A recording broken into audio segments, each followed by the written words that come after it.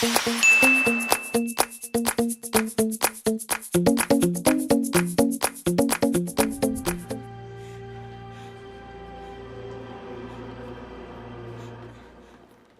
friend, anong nangyari?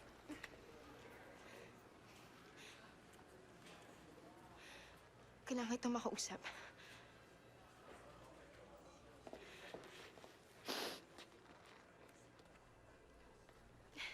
Ano na?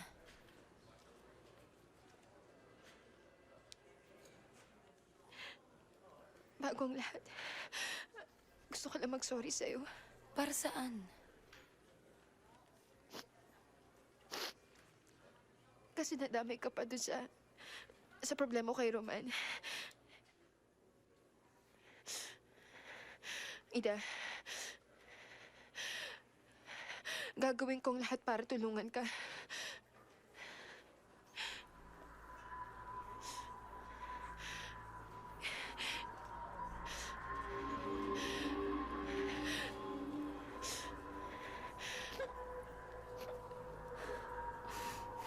Kailan? Mamaya, 3:30 ng umaga. Ida, sorry. Sorry talaga, Ida. Sorry talaga, Ida. Sorry.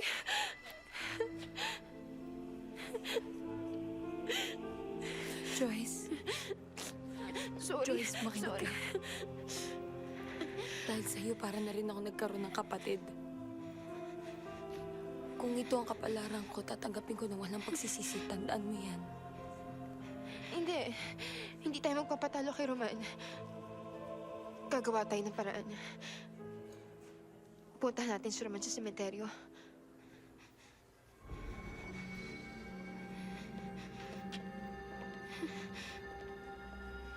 May your perpetual light shine upon him. May he rest in peace. Amen.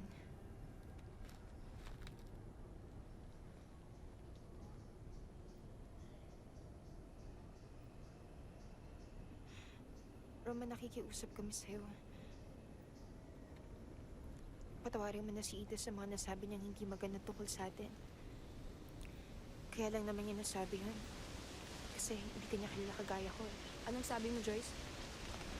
Kilala ko si Roman.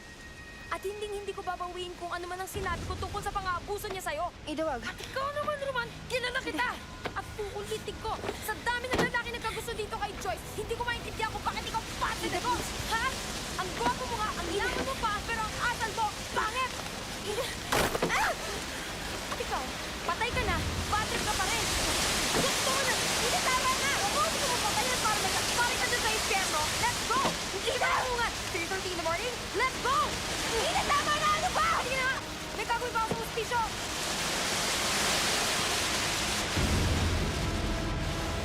Joy!